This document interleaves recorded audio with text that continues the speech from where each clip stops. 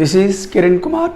In this session, we are going to learn active and passive voice. It is a very important topic for us.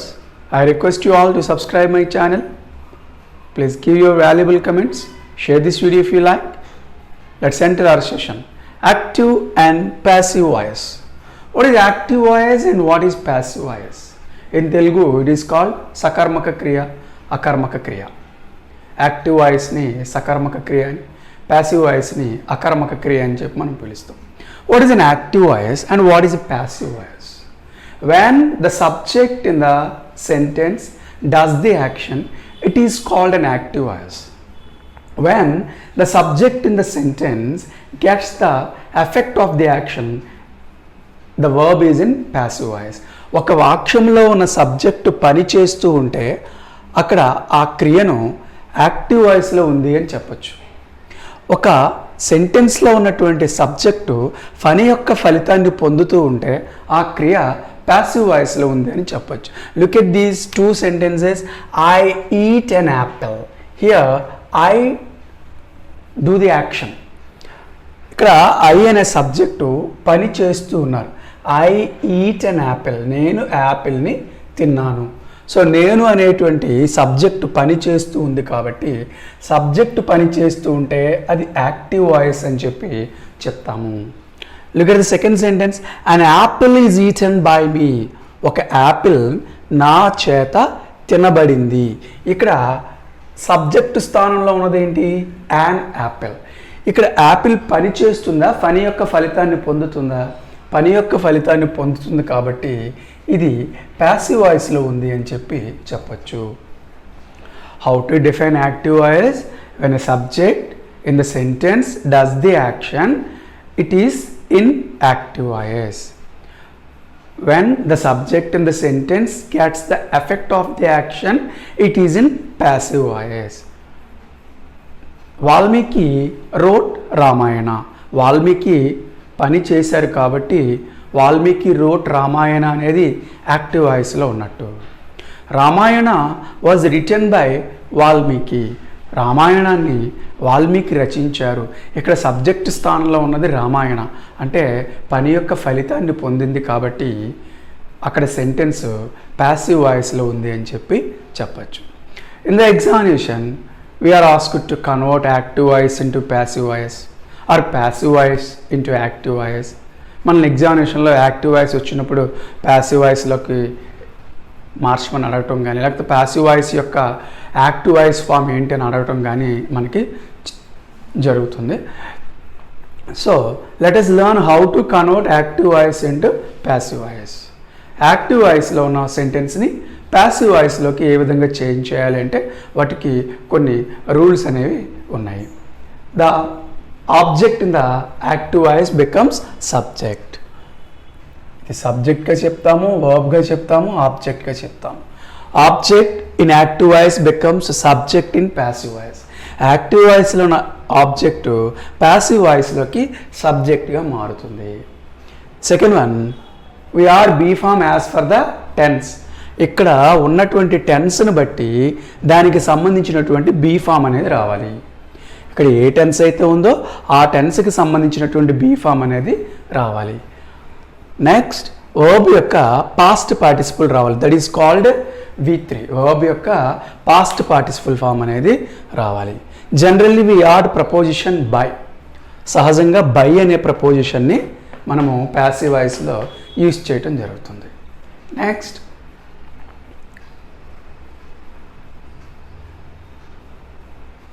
Subject becomes object. Subject becomes object. Active వాయిస్లో ఉన్న subject passive వాయిస్లో object అవుతుంది. These are the 4 rules. Please remember very carefully.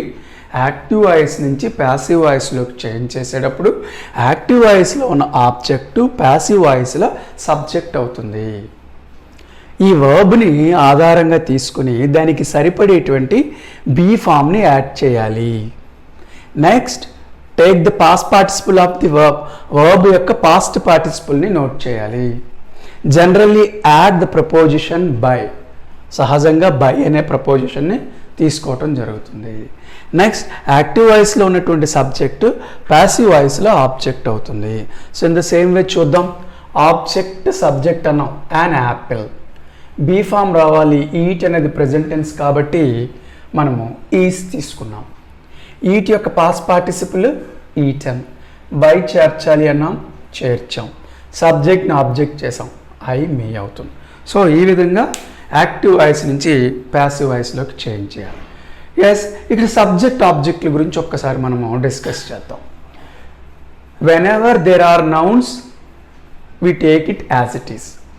Subject object స్థానంలో nouns ఉన్నప్పుడు వాటిని as it ఈస్గా రాయటం జరుగుతుంది. Whenever there are nouns as subjects or objects we write those subject or object as it is. Nouns subject స్థానంలోనూ object స్థానంలో ఉన్నప్పుడు వాటిని యాజ్ ఇట్ ఈస్గా రాయొచ్చు. But sometimes there are pronouns. కానీ కొన్ని సందర్భాల్లో సబ్జెక్ట్ లేదా ఆబ్జెక్ట్స్గా ప్రొనౌన్స్ ఉపయోగించడం జరుగుతుంది. ఆ ప్రొనౌన్స్ ఏంటి? I, we, you, he, she, it, they. ఇలాంటి ప్రొనౌన్స్ యూజ్ చేసినప్పుడు వాటిని యాజ్ ఇట్ ఈస్గా రాయకూడదు, వాటి యొక్క ఆబ్జెక్ట్స్ని రాయాల్సి ఉంటుంది. ఏంటవి చూద్దాము. ఈ పైవన్నీ కూడా I, we, you, he, she, it, they అనేది సబ్జెక్ట్స్లో ఉపయోగపడతాయి. సబ్జెక్టివ్ ప్రొనౌన్స్ అని చెప్పచ్చు. Me, us, you, him, her, it, them ఇవి ఆబ్జెక్టివ్ ప్రొనౌన్స్ అని చెప్పి మనము చెప్పుకోవడం జరుగుతుంది. I becomes me, me becomes I, we becomes us, us becomes we, you becomes you. ఇక్కడ మాత్రం ఏమీ చేంజ్ లేదు. You subject and object same, నీవు నిన్ను. He becomes him, him becomes he. She becomes her, her becomes she. It or it same, subject and object ఇది దీనిని ఒకేలా ఉంటాయి. They becomes them. ఇవి గనుక సబ్జెక్ట్ స్థానంలో ఉంటే వీటి యొక్క ఆబ్జెక్ట్ స్థానాలు ఇవి అవుతాయి. ఇవి గనుక ఆబ్జెక్ట్గా ఉన్నట్లయితే వీటి యొక్క సబ్జెక్ట్స్ ఇవి అవుతాయి. అందుకే చూడండి, ఐని మీగా చేంజ్ చేయటం జరిగింది. ఐ యొక్క ఆబ్జెక్ట్ సబ్జెక్ట్గా ఉంది, ఇక్కడ ఆబ్జెక్ట్ అవుతుంది కాబట్టి ఐ యొక్క ఆబ్జెక్ట్ మీ అవుతుంది. ఓకే, సో ఆబ్జెక్ట్స్ నుంచి సబ్జెక్ట్స్గా మార్చేటప్పుడు, సబ్జెక్ట్స్ నుంచి ఆబ్జెక్ట్స్గా మార్చేటప్పుడు మనకి ప్రాబ్లం లేదు. ఇప్పుడు మనం నేర్చుకోవడం జరిగింది. నౌన్స్ ఉన్నప్పుడు నౌన్స్ని యాజ్ ఇట్ ఈజ్గా రాస్తాం, ప్రొనౌన్స్ ఉన్నప్పుడు ఎలా అనేది ఇప్పుడు మనం చెప్పుకోవడం జరిగింది. సో ఈ బై చేర్చడంలో కూడా ఏమీ కూడా ప్రాబ్లం లేదు. సో ఈ V3 విషయంలో కూడా మనకు ప్రాబ్లం లేదు. వర్బ్ యొక్క V3 that is called past participle. We know how to add past participle. Main problem with the be form. ఈ బీ ఫామ్ గురించే ఇప్పుడు మనం చూడాలి. When the verb eat is there we add is. ఇక్కడ eat అనే verb ఉన్నప్పుడు is ఎందుకు ఉపయోగించాము? Then it is very important to us to learn to add be forms based on the tense forms. ఇక్కడ తప్పనిసరిగా మనం తెలుసుకోవాల్సింది ఏంటంటే ఏ టెన్స్ ఫామ్ ఉంటే ఏ బీ ఫామ్ రావాలి అనేది తెలుసుకోవాలి. Eat is simple present. Whenever simple present is given we use these B forms. Is, am, are. For singular is, for plural are, for I, am. Simple present tense ఉన్నప్పుడు మనం వాడవలసిన be forms is, am, are. Present continuous tense ఉన్నప్పుడు ఇవే be ఫార్మ్స్ని use చేస్తాం. Plus continuous tense కాబట్టి being అనే పదాన్ని వాడతాం. సింగులర్ అయితే ఈజ్, ప్లూరల్ అయితే ఆర్, సబ్జెక్ట్ స్థానంలో ఐ ఉంటే యామ్ ప్లస్ బీయింగ్ అనే పదాన్ని యూజ్ చేయాలి. Whenever there is present perfect tense, ఒకవేళ యాక్టివ్ వాయిస్లో ఉన్న వర్బ్ ప్రెజెంట్ పర్ఫెక్ట్ టెన్స్లో ఉంటే we use has or have plus being. If the subject is singular, has plus being. If the subject is plural, have plus being. Present టెన్స్లో కేవలము active వాయిస్లో 3 tenses ఉంటాయి. Present perfect continuous tense is not used in active voice. Active వాయిస్లో present perfect continuous tense ఉండదు. ఎందువల్లంటే దాని యొక్క structure మనం ఇక్కడ ప్యాసివ్ వాయిస్లో యూజ్ చేయడం జరిగింది. సింపుల్ ప్రజెంట్ ఉంటే ఈజ్, ఆమ్, ఆర్. అక్కడ సబ్జెక్ట్ యొక్క సింగులర్ లేదా ప్లూరల్ని బట్టి యూజ్ చేయాలి. Present continuous the same is, am, are with being is used. If present perfect is there, we use has with been for singular, have with been plus have with been for plural. Come to past tense. Whenever simple past tense is there, simple past tense ఉన్నప్పుడు we use singular for, we use was for singular, we use were for plural. Subject singular అయితే was వాడతాము, subject plural అయితే were వాడతాము. Past continuous tense the same method. Present continuous టెన్స్కి ఈ be ఫామ్స్తో being ఎలా use చేసామో past continuous టెన్స్కి కూడా ఈ బీ ఫామ్స్తో వాజ్ ఆర్ వర్ బీ ఫామ్స్తో బీయింగ్ని యూజ్ చేయాలి. If the subject is singular we use was plus being. If the subject is plural we use were plus being. Past perfect tense. Whenever past perfect tense is used in active voice, we just use had with been. A subject singular అయినా plural అయినా హ్యాడ్నే use చేయడం జరుగుతుంది, దాంతోపాటు been use చేయడం జరుగుతుంది. There is no past perfect continuous tense in active voice. Active వాయిస్లో past perfect continuous tense అనేది ఉండదు, right? Whenever simple past is there we use was for singular, we use were for plural. Whenever past continuous tense is there we use for singular was with being, we use plural were with being. Whenever past perfect tense is there, we use had with been. Come to future tense.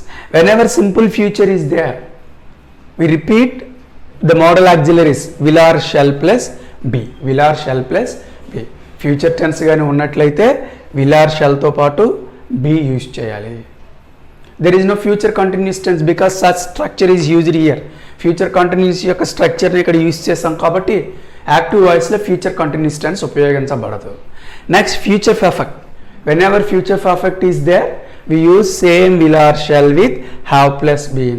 Future perfect tense కనుక ఉన్నట్లయితే will లేదా shell ఉపయోగించి have plus been ఉపయోగించడం జరుగుతుంది. There is no future perfect continuous tense in active voice. So మనకున్న 12 స్ట్రక్చర్స్ని base చేసుకొని 8 structures ఇక్కడ ఇవ్వటం జరిగింది. It is very important. ఈ బీ ఫామ్ యాడ్ చేయటం అనేది మనకి చాలా ఇంపార్టెంట్. ఇక్కడ ఉన్నటువంటి ఈ 5 రూల్స్లోనూ బీ ఫామే మనకి కాస్త ఆలోచించదగినదిగా ఉంటుంది. ఇవి జాగ్రత్తగా మనం స్ట్రక్చర్స్ తెలిసి వీటిని ప్రాక్టీస్ చేసినట్లయితే బీ ఫామ్స్ అనేవి వస్తాయి.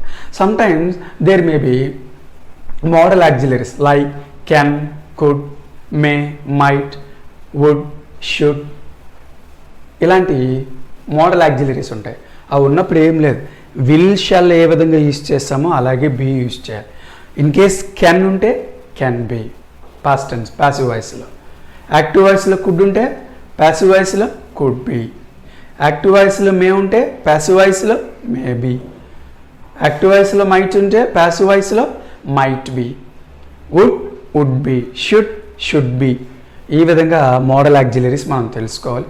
In case can have been, may have been, would have been, should have been అనేవి తెలుసుకోవాలి. Modal auxiliaries will or shall ఏ విధంగా యూజ్ చేసామో మిగిలిన modal auxiliaries can, could, may, might, would, should ఇవన్నీ కూడా విల్ ఆర్ షల్ అనే మనం యూజ్ చేయాలి. సో ఈ విధంగా మనం బీ ఫామ్స్ని యూజ్ చేయవలసి ఉంటుంది. సో ఈ బీ ఫామ్స్ రెండు ఇప్పుడు మనం డిస్కస్ చేయటం జరిగింది, రైట్? కొన్ని ఎగ్జాంపుల్స్ చూద్దాం మనం. Raju wrote a letter. Yes, Raju wrote a letter. Raju పని చేశాడు subject, wrote object, a letter. Yes, ఏం చెప్పుకున్నాం? ఆబ్జెక్ట్ని సబ్జెక్ట్ చేయాలి. లెటర్ అనేది నౌన్ కాబట్టి a letter. Wrote simple past tense, was లేదా వర్ రావాలి. లెటర్ అనేది సింగులర్ కాబట్టి వాజ్ వచ్చింది. థర్డ్ ఫామ్ ఏంటి? Right, wrote, written. We are by. So Raju object, nouns as it ఈజ్గా వస్తాయని చెప్పాం కాబట్టి యాజ్ ఇట్ ఈజ్గానే మనం ఇక్కడ ఉపయోగిస్తాం. Next, they will organise it. They will organise it. They subject, will organise verb, it object. Yes, object become subject. It అనేది ఇట్గానే ఉంటుంది కాబట్టి మనము ఇట్. విల్ ఆర్గనైజ్ అంటే సింపుల్ ఫ్యూచర్ టెన్స్. విల్ లేదా షల్తో పాటు బీ రావాలి. ఇట్ విల్ బీ అని తీసుకొస్తాం. What is the past participle of organise? Organised. It will be organised. we know we are by చేర్చాలి మనము. దే యొక్క ఆబ్జెక్ట్ దెమ్ అవుతుంది. So it will be organised by them. Come to this sentence, she gave me some money. If you observe, there are two objects, subject, verb, object, object. Whenever there are two objects in the sentence, ఇది person ని తెలియచేస్తుంది, indirect object. ఇది thing ని తెలియచేస్తుంది, direct object. ఏ object నైనా మనం subject గా తీసుకొని మనం చేయొచ్చు. whenever there are two objects given in the sentence, the object belongs to person is indirect object, the object belongs to thing is direct object. We can use any kind of object as subject. So ఈ రెండు ఆబ్జెక్ట్లో ఏదైనా సబ్జెక్ట్గా తీసుకోవచ్చు. మీ యొక్క subject ఏంటి? I. Gave simple past tense, was or were, was singular కాబట్టి.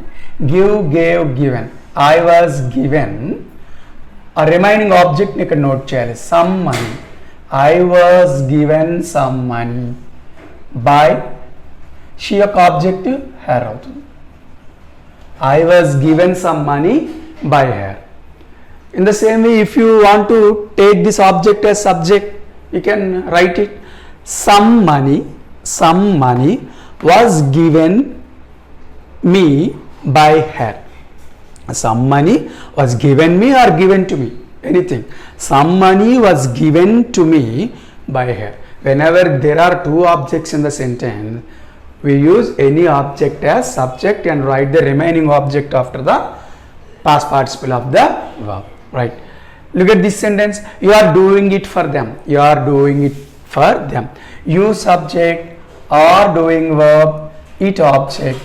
This is object complement. Object తర్వాత ఉండేటువంటి పదాన్ని లేదా వాక్యాన్ని ఆబ్జెక్ట్ కాంప్లిమెంట్ అంటాం. ఇలాంటి ఆబ్జెక్ట్ కాంప్లిమెంట్స్ ఉన్నప్పుడు ఏం చేయాలా అనేది చూద్దాం ఒకసారి. Right. Make object as subject it. Are doing present continuous. So ఇక్కడ సింగులర్ కాబట్టి ఈజ్ తీసుకుంటాం. Next being, it is being. What is the past participle of do? Done. It is being done. It is being done by you for them. By you for them. Or else if you want to make it as it is being done for them, ఇలా కూడా చేయొచ్చు. By you అనేది use చేయకుండా it is being done for them, ఆ remaining object కాంప్లిమెంట్ని, ఈ మిగిలిపోయినటువంటి object కాంప్లిమెంట్ని పాస్ట్ పార్టిసిపుల్ తర్వాత మనం నోట్ చేయొచ్చు. బై యూ నోట్ చేసినా నోట్ చేయకపోయినా ప్రాబ్లం లేదు. సో ఇవి assertive sentences or declarative sentences model.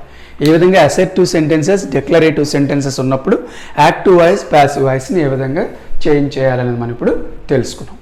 Let us learn how to change active voice into passive voice in case of interrogative sentences. మనము previous సెషన్లో interrogative sentences అంటే ఏంటో తెలుసుకున్నాం. Yes or no questions, WH questions అని చెప్పుకున్నాం. మరి SR no questions ఉన్నప్పుడు ఏ విధంగా మనము ప్యాసివ్ వాయిస్లోకి చేంజ్ చేయాలి, లేదా డబ్ల్యూహెచ్ క్వశ్చన్స్ ఉన్నప్పుడు ఏ విధంగా ప్యాసివ్ వాయిస్లోకి చేంజ్ చేయాలని చూద్దాం. What is the difference between an assertive sentence and yes or no question? Assertive సెంటెన్స్కి ఎస్ఆర్ నో క్వశ్చన్కి డిఫరెన్స్ ఏంటి? ఇక్కడ సబ్జెక్ట్ తర్వాత అసెర్టివ్ స్టేట్మెంట్స్లో సబ్జెక్ట్ ప్లస్ వర్బ్ ఉంటుంది. ఎస్ఆర్ నో క్వశ్చన్స్లో ఆ వర్బ్ బీ ఫామ్గా ఉంటుంది, ముందుకి బీ ఫామ్ ప్లస్ సబ్జెక్ట్ ఉంటుంది. అదే మనం తెలుసుకున్నాం. Add he operated A camera. Had he operated A camera. ఇక్కడ మనం అబ్జర్వ్ చేయొచ్చు, వెరీ ఈజీ. ఈ హ్యాడ్ని క్లోజ్ చేద్దాము.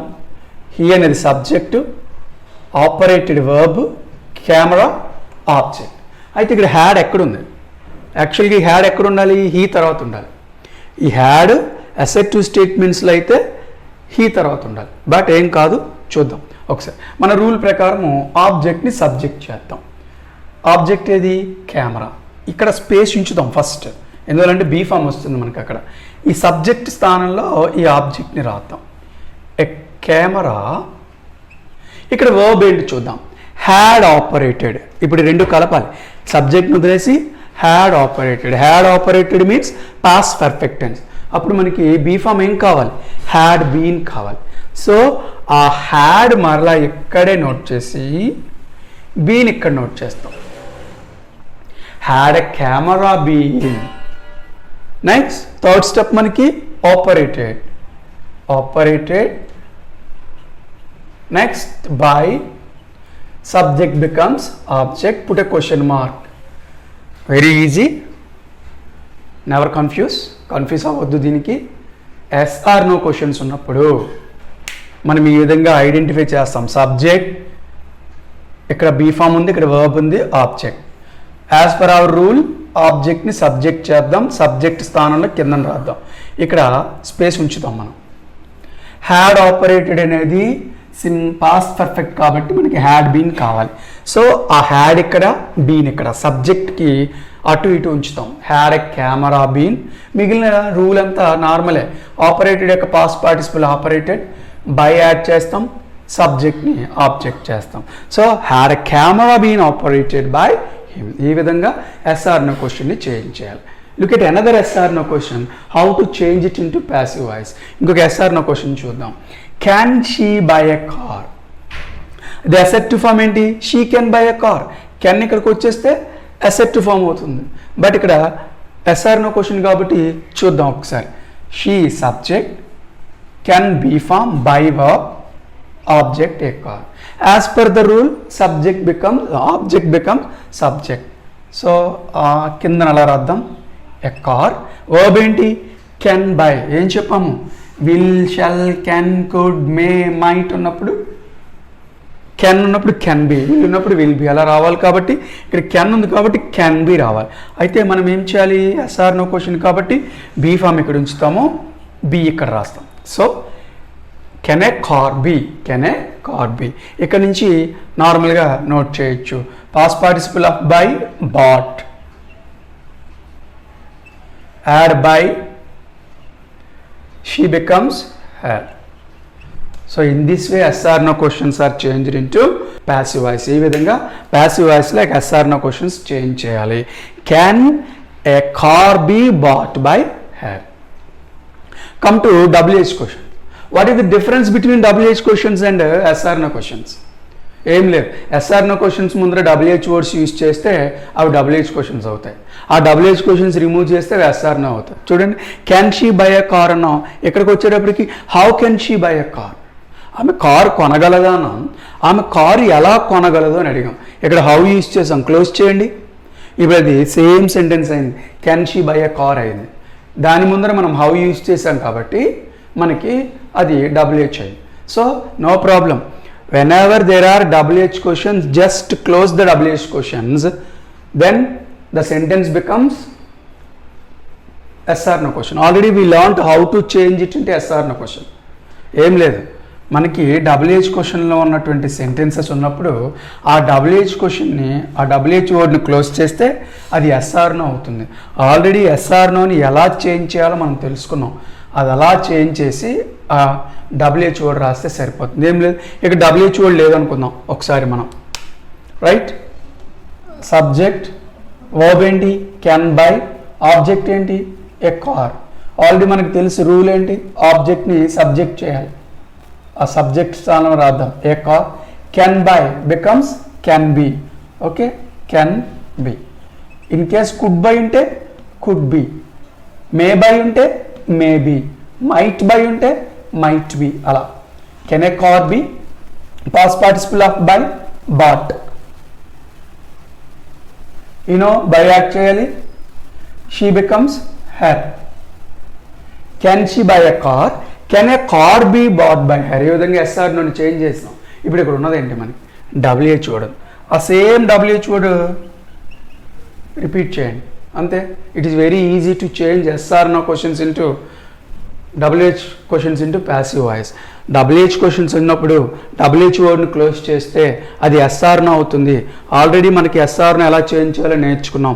అలా చేంజ్ చేసేసి ఆ ముందర WH వర్డ్ని రాస్తే సరిపోతుంది. But it is not easy to change in case of who. కానీ హూ విషయంలో అలా జరగదు. ఎందువల్ల అలా జరగదు చూద్దాం. ఇక్కడ హూ ఉన్నప్పుడు క్లోజ్ చేసి రోట్ గీతాంజలి అనేది చాలా డిఫరెంట్గా ఉంటుంది. ఎందువల్లంటే హూ అనేది పర్సన్గా యూజ్ చేస్తాం, పర్సన్కి యూజ్ చేస్తాం కాబట్టి మనము అలా రాయటానికి వీలు పడదు. ఒకసారి చూద్దాం. ఒకసారి who wrote Gitanjali, who wrote Gitanjali. ఇది సబ్జెక్ట్ అనుకోండి, వర్బ్ అనుకోండి, ఆబ్జెక్ట్ అనుకోండి. మనకు కావాల్సింది ఆబ్జెక్ట్ని సబ్జెక్ట్ చేయాలి. బట్ అలా చేసేటప్పుడు మనకి ఈ హూ విషయంలో అలా జరగదు. ఈ హూకి బదులు బై హూమ్ అనేది ముందే నోట్ చేసుకోండి. హూకి బదులు బై హూమ్ అనేది ముందే నోట్ చేసుకుంటాం. నెక్స్ట్ రోట్ అనేది పాస్ట్ టెన్స్లో ఉంది కాబట్టి వాజ్ లేదా వర్ రావాలి. గీతాంజలి సింగులర్ కాబట్టి వాజ్ తీసుకున్నాం. ఇది నౌన్ కాబట్టి యాజ్ ఇట్ ఈజ్గా అలా నోట్ చేస్తాం. రైట్ యొక్క past participle written. By whom was Gitanjali written, by whom was Gitanjali written. Okay, ఈ హూ విషయంలో మాత్రం మనము ఆ విధంగా చూడాల్సి ఉంటుంది. సో ఇవి సెకండ్ వన్. ఇంట్రాగేటివ్ సెంటెన్సెస్లో yes or no questions, WH questions వచ్చినప్పుడు ఏ విధంగా చేస్తామనేది చూద్దాం. మరొకసారి జాగ్రత్తగా విన్నట్లయితే ఈజీగానే ఉంటుంది. మొదటిసారి విన్నప్పుడు మనకి డిఫికల్ట్గా అనిపించవచ్చు, కానీ మరొకసారి దాన్ని వింటే చాలా ఈజీగా మీరు చేయగలరు. Third method imperative sentences. Third method imperative sentence. There are 2 methods. Imperative సెంటెన్సెస్లో 2 మెథడ్స్ ఉంటాయి. ఓన్లీ వర్బ్ విత్ ఆబ్జెక్ట్ ఉంటుంది సెంటెన్స్లో. ఓన్లీ వర్బ్ విత్ ఆబ్జెక్ట్, కేవలం వర్బ్ విత్ ఆబ్జెక్ట్. చూడండి, send him, call him, do it. ఇక్కడ ఎక్కడ కూడా సబ్జెక్ట్స్ లేవు, ఓన్లీ వర్బ్ విత్ ఆబ్జెక్ట్ మాత్రమే ఉంది. అలాంటప్పుడు స్ట్రక్చర్ ఏ విధంగా ఉంటుందంటే లెట్ అనే క్రియని సబ్జెక్ట్గా తీసుకోవాలి. మనం లెట్ అనే క్రియని సబ్జెక్ట్గా తీసుకోవాలి. The same object is written there. Object ఆబ్జెక్ట్గానే రాయాలి. ప్లీజ్ రిమెంబర్, ఆబ్జెక్ట్ని ఆబ్జెక్ట్గానే రాయాలి తప్ప ఆబ్జెక్ట్ని సబ్జెక్ట్ చేయకూడదు. బీఈబీ అనేటువంటి ఒక ఫామ్ని తీసుకోవాలి. బీఈబీ హెల్పింగ్ వర్బ్ మాట. ఇక్కడ వర్బ్ యొక్క పాస్ట్ పార్టిసిపుల్ రాయాలి. ఇది structure. Please keep it in our mind. When ever there is a verb with an object, we start the sentence with let and write the same object there and write BEB, it's a helping verb, and write past participle of the verb. Let plus object plus be plus past participle అనే దాన్ని మనం ఇక్కడ remind చేయాలి. Send him to a market, it is verb, it is object. ఇది additional sentence అలా ఉన్నవండి. So మనం ఇప్పుడు ఏం చెప్పాం, లెట్తో స్టార్ట్ చేయాలి అన్నాం. ఆబ్జెక్ట్ని ఆబ్జెక్ట్గానే రాయాలి అన్నాం. Let him. బీ అనే హెల్పింగ్ వర్బ్ కావాలి. సెండ్ యొక్క past participle cent.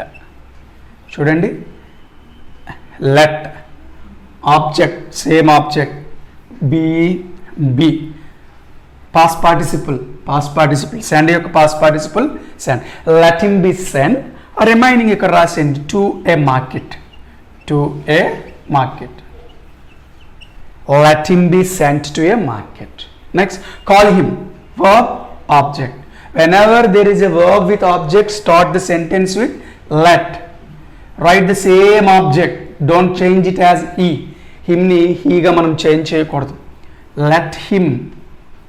Write be. What is the past participle? Called. Let him be called. Let him be called. Next, do it for me. Verb, object. How to start the sentence when there is a verb with object?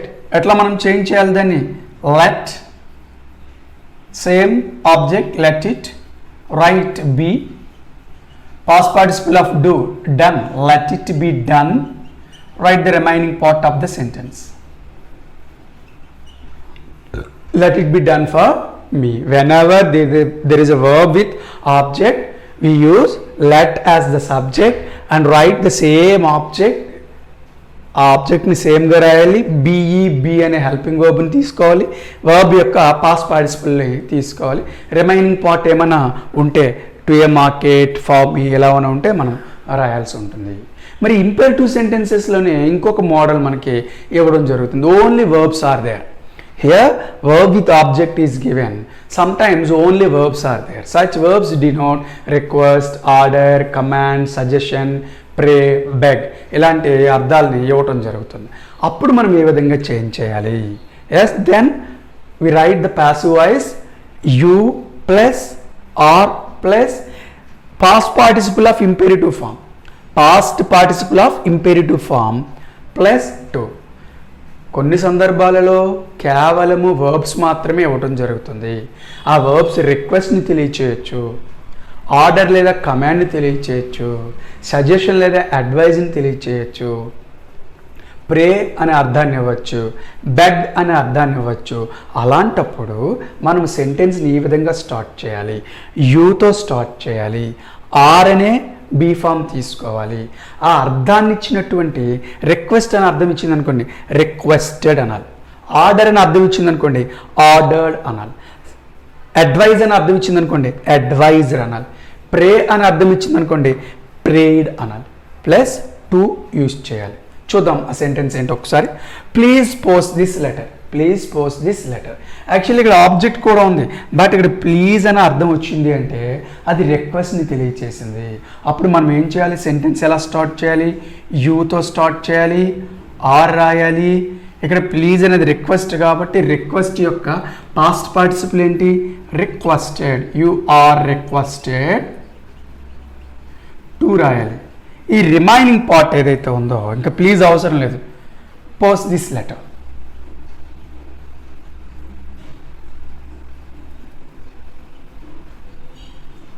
You are requested to post this letter, right? Next, get out. Get out is nothing but order or command. So ఏం చేద్దాం? Use you రావాలి. Next are రావాలి. ఇది order కాబట్టి order యొక్క past participle ఏంటి? Ordered. You are ordered. Next to ఉంది. ఈ గెట్ అవుట్ అనేదాన్ని మనం అక్కడ నోట్ చేస్తాం. You are ordered to get out. You are ordered to get out. Next, help me. Help me. Right?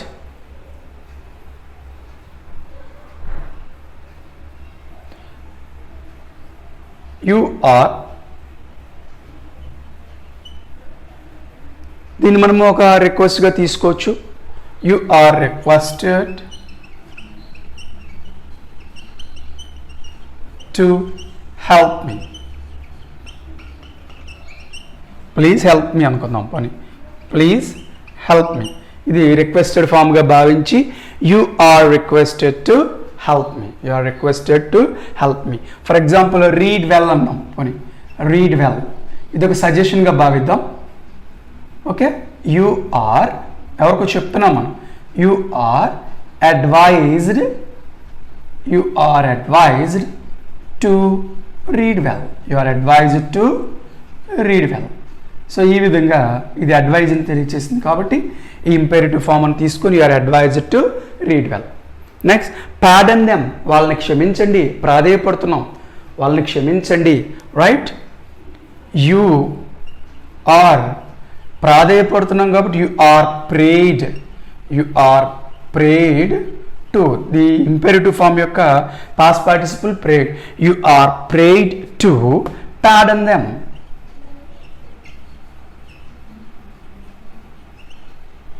You are prayed to pardon them. So in this way imperative sentences are there.